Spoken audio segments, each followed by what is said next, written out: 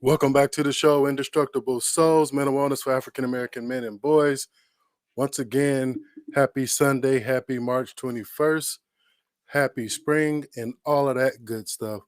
I want to welcome you back to the show. Real quick, grab my coffee. I want to welcome you back to the show and our part 2 of Anatomy of Anger in the African American male and the Black male. And we're going to continue part 2 in just about a minute. Before I do, I want to plug a couple of things that's coming up. So the first thing I wanted to show you is the upcoming group for African American men. This is called Hearts of Men, Mental Wellness Group for African American Men, moving forward together. Please check it out. It will be starting April 7th at 7 o'clock. This will be a Zoom group.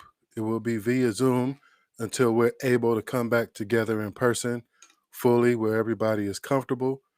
You can sign up via Facebook. You can sign up via Eventbrite, or you can email me at heartsofmen@beauregardtherapy.com. Please don't forget it. And this will be a safe space for Black men to share and discuss things that affect us on a daily basis. So please check it out. The other thing I wanted to make sure that you knew about is Beauregard Therapy. You can find me on Psychology Today, Facebook, Twitter, Instagram, and the website to come.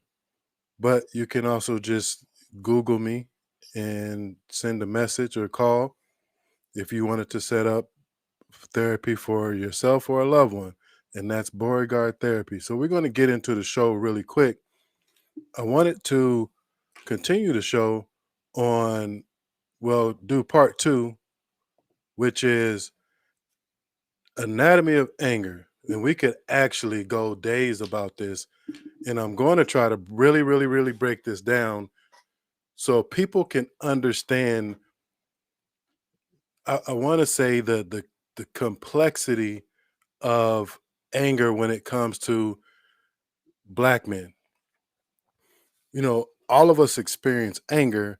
However, I think one of the things, and I talked about this last time, is that anger management falls short because it talks about managing anger. It talks about, anger triggers, and it talks about how to manage anger, count to 10, walk away, and all those things. But one of the things I think it falls short is that it does not break down what I'm calling the anatomy of anger, which really delves into why people specifically get angry for different reasons and lash out in anger. So last week, I'm going to recap really quick. So I kind of broke down the difference between anger and some of the other emotions. So in terms of the anatomy of anger, remember, anger is what we call a secondary emotion. Why do we call it a secondary emotion?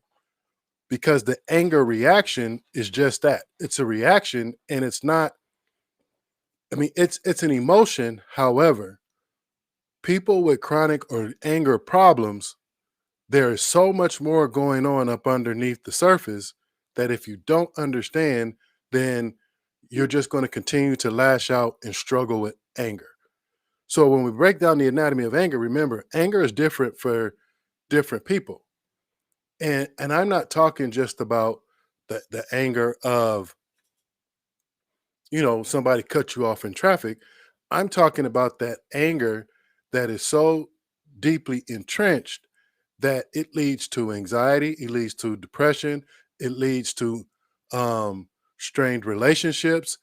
It keeps people stuck because so many things are going on that they don't understand why they can't feel good about themselves. They can't feel good about other people. They can't see other people be successful and have to use anger to control other people. And then I also talked about the socialization of anger.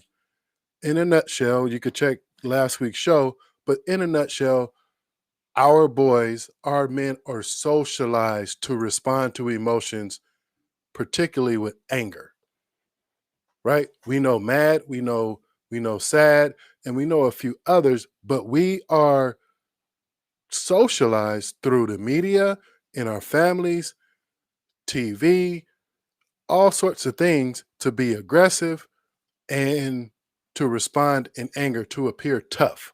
So when we talk about socialization, one of the things where we often fall short is that we don't teach boys, we don't teach men the emotional language that they need to cope, right? So one of the things I'm going to go deeper into anger and what it creates and why understanding the anatomy of anger is so important. I also talked about anger being individualistic in the sense that it's going to be different for everybody. And if you don't understand your anger, you're going to continue to struggle. So let's get to it. So let's get to part two. And we're going to finish out this series. And I want to thank you for continuing to support the podcast, for continuing to support Beauregard Therapy. And I do want to say real quickly is that I'm happy that I'm starting to see more black men and young black men coming into therapy and really trying something different. So I am happy to see that. So let's get to it. So, in terms of the recap, let me talk about anger and insecurity. So, what do I mean by anger and insecurity? So, this goes deeply into what we talked about or what I talked about before in terms of the anatomy of anger, right? But what do I mean by that? When we really begin to look at what's going on with a person and why they appear to be insecure, they tend to struggle in relationships while we continue to struggle, say, socially, on the job, employment, in schools, and all of these things. And one of the things, especially for African American men and young men, remember, we are always seen as a threat, right? The American psyche has shaped and has formed that the black man is public enemy number one, and we're always seen as a threat. So if we show any other emotions other than being docile or being jovial and coming across as safe, we're deemed as being a threat and so forth. Now, so why do I try to talk about anger and insecurity? Here's the reason why. When we talk about all of the things that we as African American men have to go through in terms of how people see us, how we measure up to other people, not just other black men, but how we measure up to our counterparts, and where do we fit into society? Remember, sometimes there's no gray area for us. And what I mean by that, either we're on one side in terms of perpetuating the stereotype, or on the other side, people want to say that we're trying to assimilate too much into white culture. So produces a whole bunch of insecurities, even in relationships. So what happens?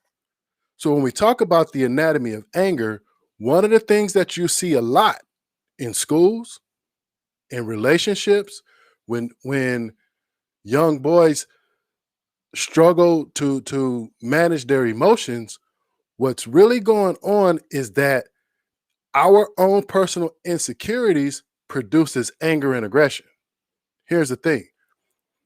Remember, we've been socialized to be aggressive. We've been socialized to portray anger, but a lot of times when we are lashing out, it's due to our many insecurities. What do I mean by that?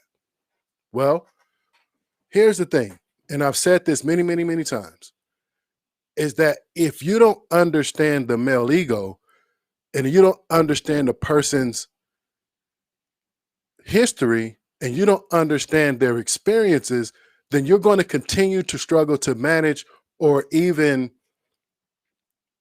have relationships with African American men. So, what insecurities is I'm talking about? Well, I'll speak about mine. So, one of the things, and I said this last week, is the way I achieve status in the different social circles was by being the tough guy, right? And by being the tough guy, by being quiet, by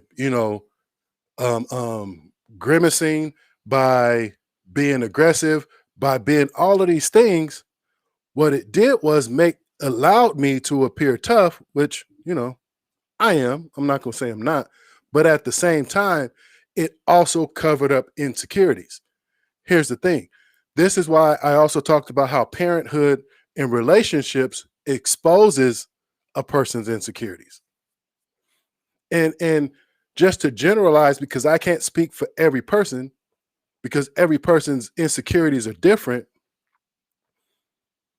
Am I smart enough? Am I tough enough? Am I worthy enough? Will people like me? Will I fit in? Do I have enough money? Do I have whatever it takes to be what society's definition of is being a man? One of the things that's funny is that we see way too often is we try to qualify what's considered to be a real man. What is that? Now, a person's definition of what a real man is going to change on anybody who you talk to. However, there's this image that a lot of us as African American men have to somehow live up to of what's being a real man. But here's the problem. When we don't understand our insecurities or even really willing to identify them, what happens is we lash out in aggression, we lash out in anger, we lash out in shutting down, we begin to self-loathe, not feel good about ourselves, and we do all sorts of behaviors that you see that we continue to have to deal with in relationships, right? Meaning sometimes you see men just absolutely not show up in the relationship, not show up for kids. So when we talk about fathers or the absent father, when we talk about men not being able to care for their families financially, these are all insecurities that some of us either developed or came with because of our different experiences. And so what happens is I have to then now mask my insecurity with aggression or some other form of behavior. Many times it could be alcoholism, it could be drug use, it could be crime, it could be just simply finding something to delve into and to bury myself into because I can't deal with my insecurities. And when we talk about the male ego, a lot of times people aren't even aware. And when I say people, I mean men aren't even aware or have identified an insecurity.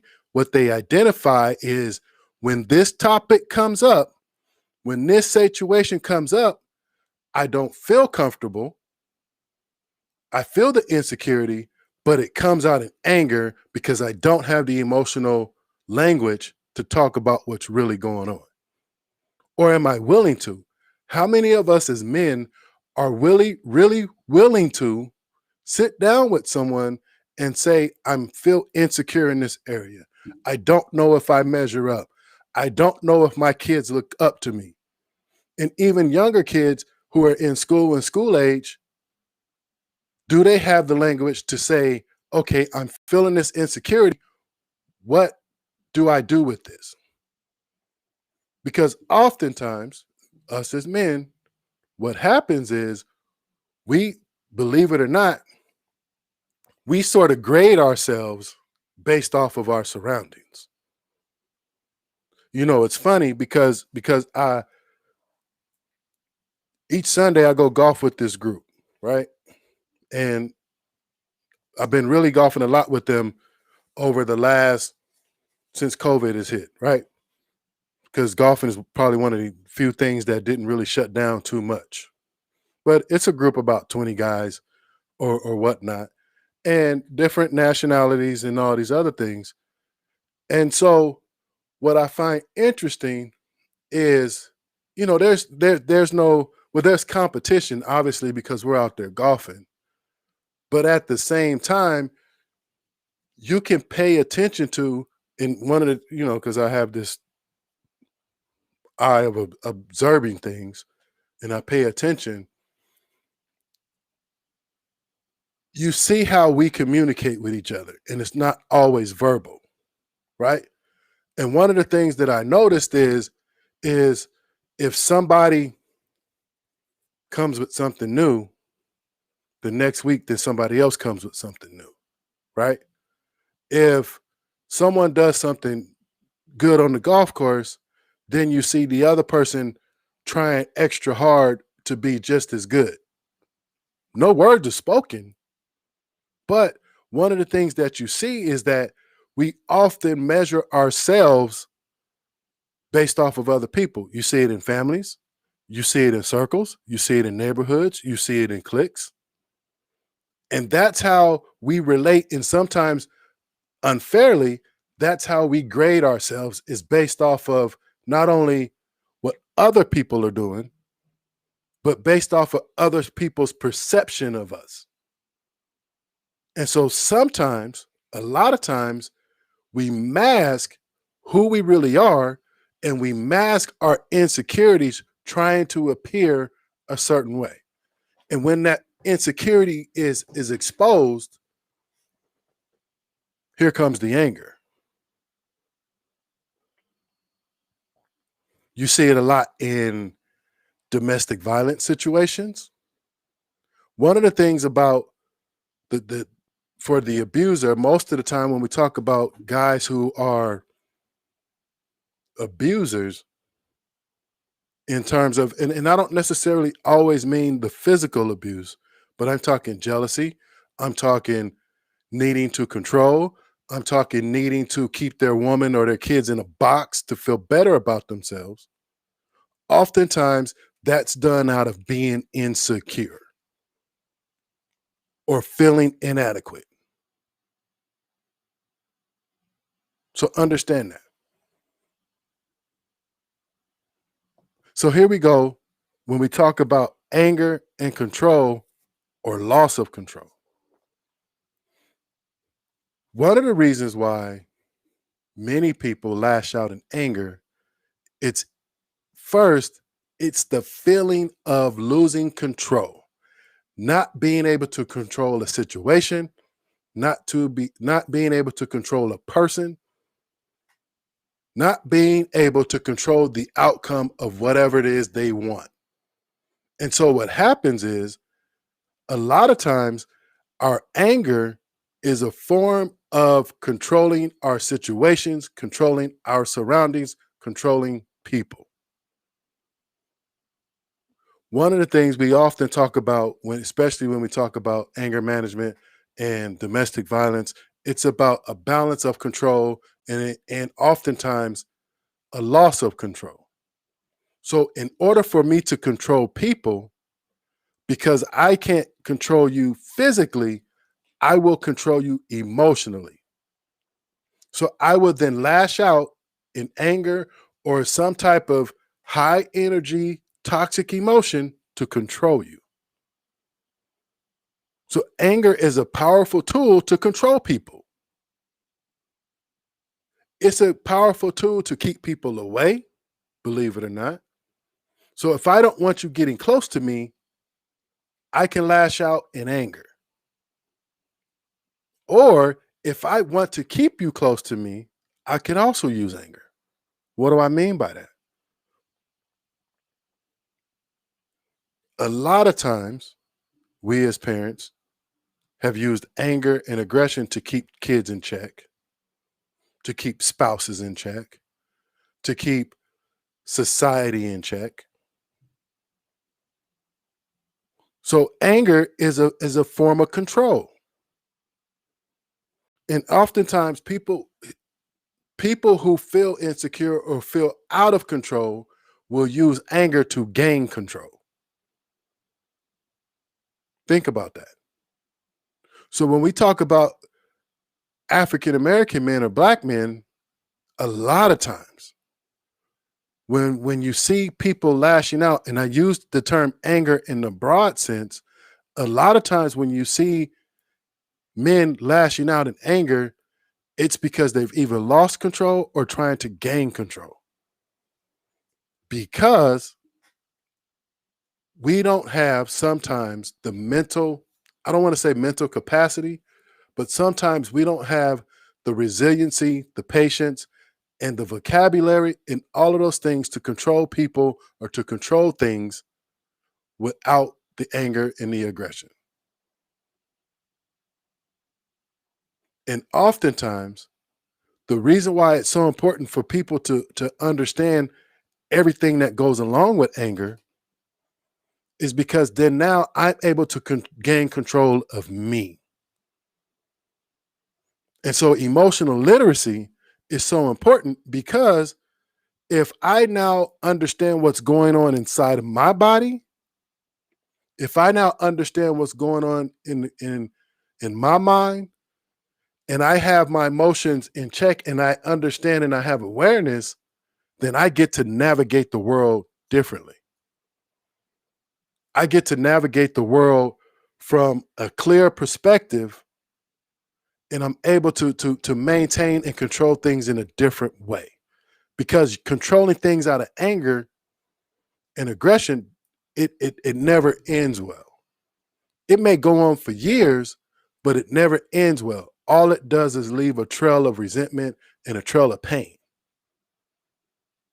So when we talk about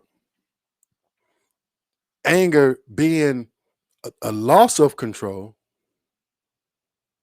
is if I'm insecure about myself and I'm losing handle on a situation or a person, and I don't have the capacity, if you will, to navigate that, here comes the anger. A lot of people use anger as a form of control. It's how they control people. It's how they control their kids. It's how they control basically their situation. It's how they navigate the world, which is it's detrimental not only to the person, but it's detrimental to everyone around you.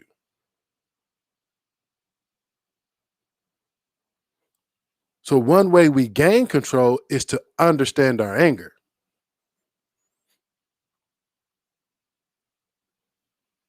So let's move a little bit forward. And here's the core of the last week's show and this week's show is here's what I'm getting to. It's for African American men, black men,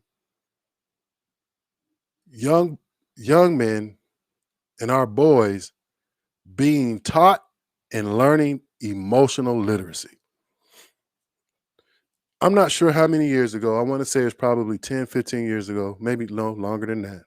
I read a book on emotional literacy, and I don't even remember the name of it other than that it was about emotional literacy, so I can't tell you the author. But it was probably one of the best books I ever read because I began to understand what was going on inside of me. Now, keep in mind, My family, my friends, high school friends and junior high school friends and people who know Johnny have at some point seen my anger. Now, here's the thing, and I really want you to get this, people, especially, and I know most Black men feel like this. How people see us is not how we see ourselves. You know, it was funny because in middle school, I got kicked out of Shannon Hills for fighting a security guard. Shout out to Miss Thornton. Rest in peace. I got kicked out of middle school and had to go to Arrowview Middle School because of my anger. But before then, I got in lots and lots of fights. And the only way I knew how to navigate the world was through anger. And here's the other thing. I was always a good athlete, so that was my space. My space was playing football, baseball, and in that space, I was great. But when it came to school and people, that wasn't my arena. I used to struggle with reading, and I didn't like people. And so I was, unless it was a somebody that I grew up with, played ball with, I didn't navigate people. But here's the thing. I always felt misunderstood. So some people saw me as this kid, this Black kid that needed to be saved from potentially prison. And all of a sudden, I'm this kid who needs to be reformed, but I never saw myself that way. Never. It was really, really interesting. I always knew my potential. I always knew what I wanted to be. And I always knew who I was. I just did not have the tools to show it at an early age. Here's what I mean by that. Is I didn't see myself the way other people saw me. Mainly as a threat. I never saw myself as a threat. I never saw myself as an angry person. I never saw myself as this kid who needed to be reformed. But here was the thing. The one emotion, if you will, that I knew was how to get my way or how to get back or to control situations through aggression and anger. The thing is, I never had, as a kid, the emotional language, the emotional literacy to express myself. And my family could attest to this. When something was bothering me, I'd shut down. I didn't even know what was bothering me, but I shut down. What do I mean by shut down? I would go sometimes and maybe sit in front of the TV or something like that, and you couldn't get a word out of me.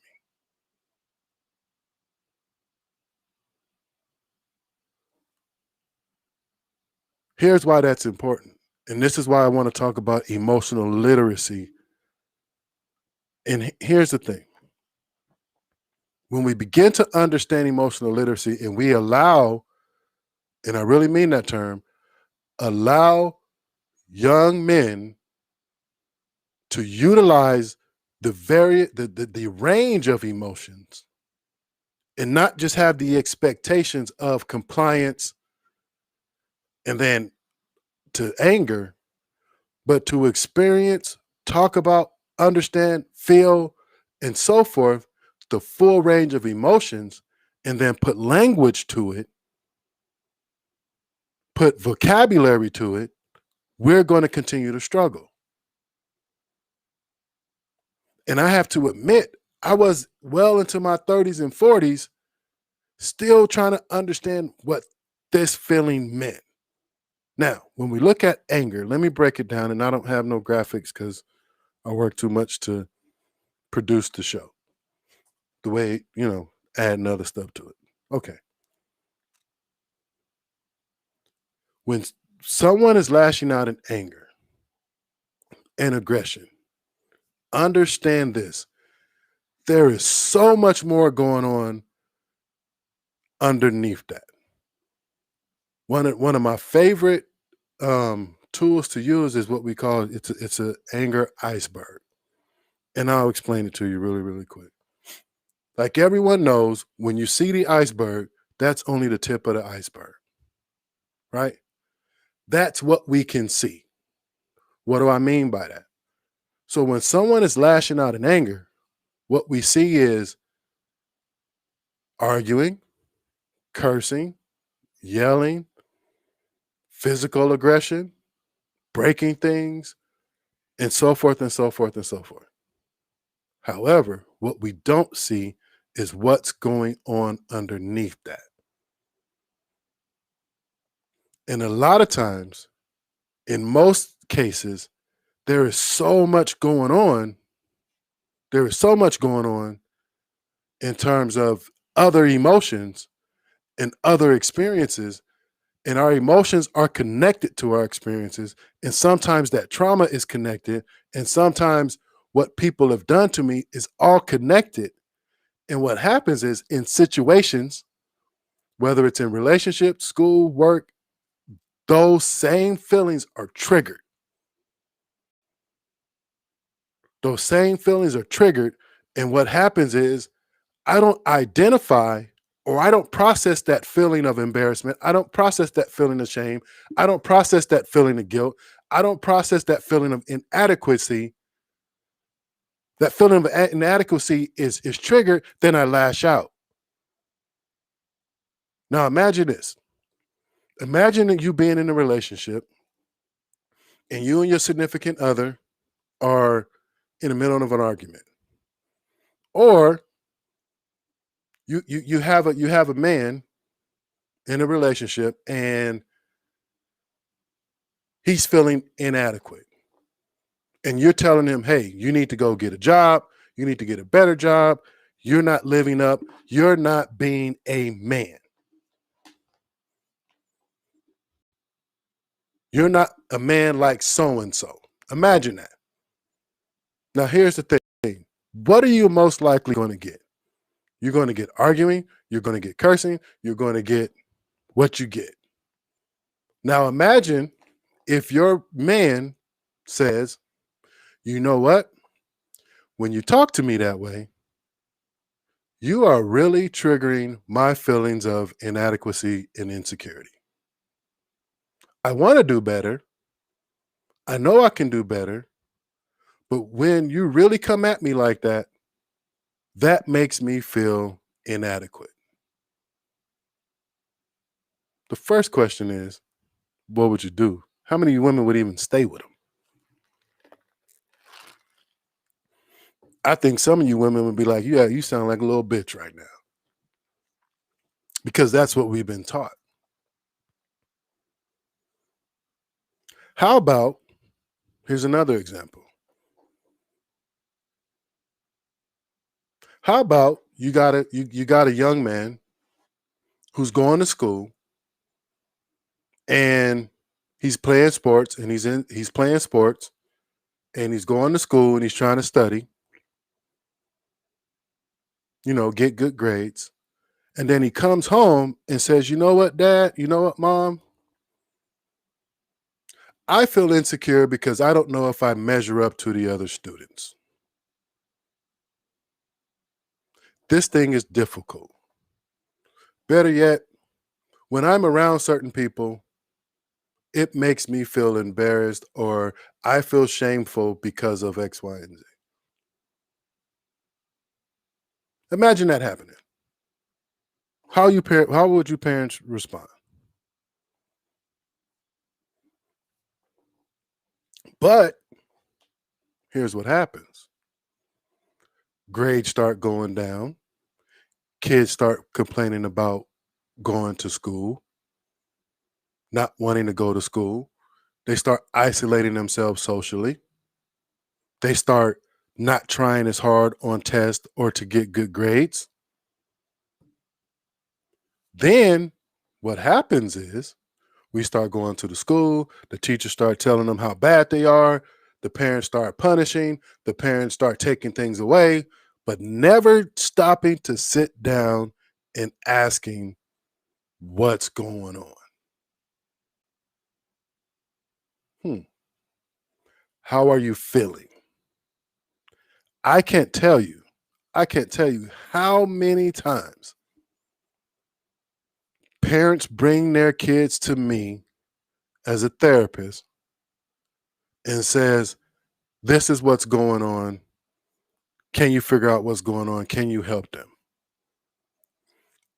When I do my first assessment, I have the parents in the room unless the kid says they don't want the parent in there. And if they're old enough and mature enough, it's funny. And then as I do the assessment and I get to know the family, I can't tell you how many parents bring their kids here and never even have a conversation with their kids and ask them what's going on. Here's the other thing. Not only do they not ask them, if they do ask them what's going on, don't listen. Here's the thing about emotional literacy, and let me explain this to you really, really quick. When we talk about emotional literacy, here's what I'm talking about. It's changing the narrative and it's allowing your kids and giving them language to match their emotions.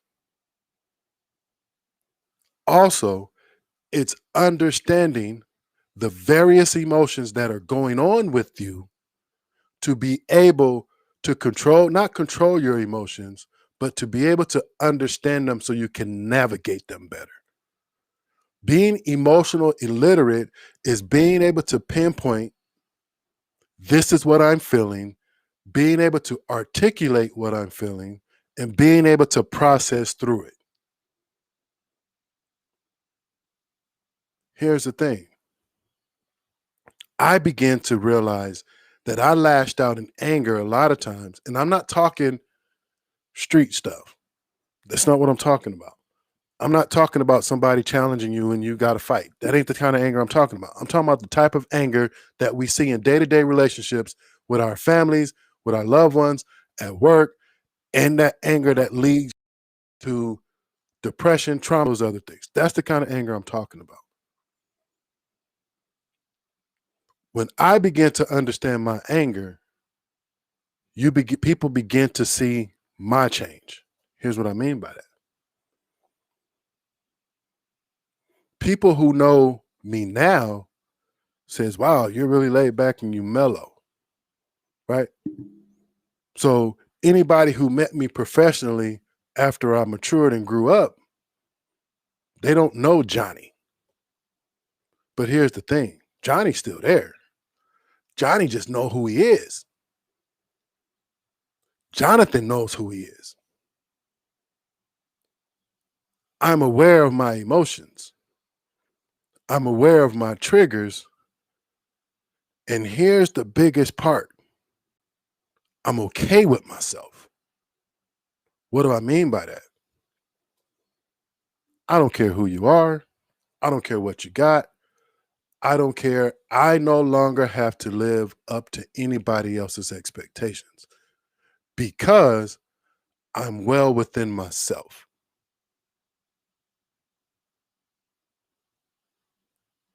Here's the thing. When we begin to understand our emotions, we understand who we are and we have a greater peace and we're able to navigate the world. Because when you think about it, think about this. You know, mental health, I think we're talking about it a lot more. I think it's losing a little bit of its stigma. I think we're progressing. But when you look at mental health and you look at people's mentality, What do you think causes most of the strain and strife in families in day to day, and even us as individuals? It is our emotions. It is how we respond to the world. It's how we respond to situations. It's how we view situations. It's our perceptions of different situations. Some people, because when we lose control and we can't control situations and we can't control people, some people get anxious. That's mental. Some people get depressed. That's mental. Some people lash out. That's mental. Some people do all sorts of things. Here's what I'm getting at. Your mental health is your health. We have to understand, and we have to begin to continue, or we have to continue to teach our young men, our young boys, emotional literacy. Understand what's going on with them emotionally, which affects the mental. So if I don't feel good about myself, if I don't feel worthy, I have to fulfill that prophecy through my actions. But if I feel good about myself, now I navigate the world differently. Anger is a powerful thing. The intention of anger is to motivate.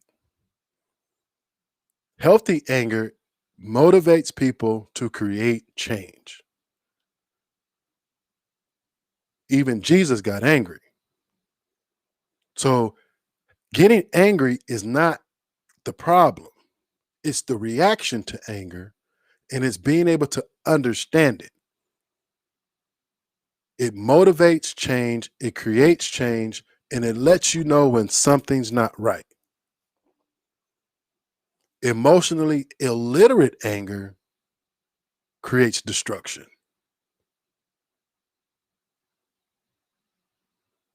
Let's do better. Let's get better.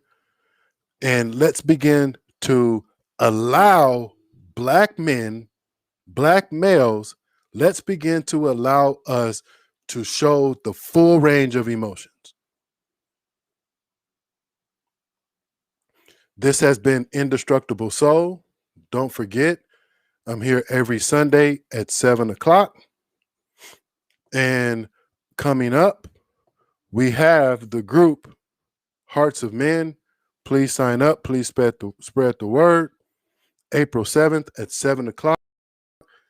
The first one is going to be an hour and a half bi-weekly. It's going to be an hour group just to give us a space to talk and chop it up and talk about real life issues. Also, you can check me out at Beauregard Therapy. I have to say that God has been blessing my practice, and pretty soon I will be starting a group practice. That's in the works, and I'm just going to be gracious and believe that God is going to continue to bless. So this has been Indestructible Souls, and I want to thank you for joining me, and I will see you in a couple of weeks.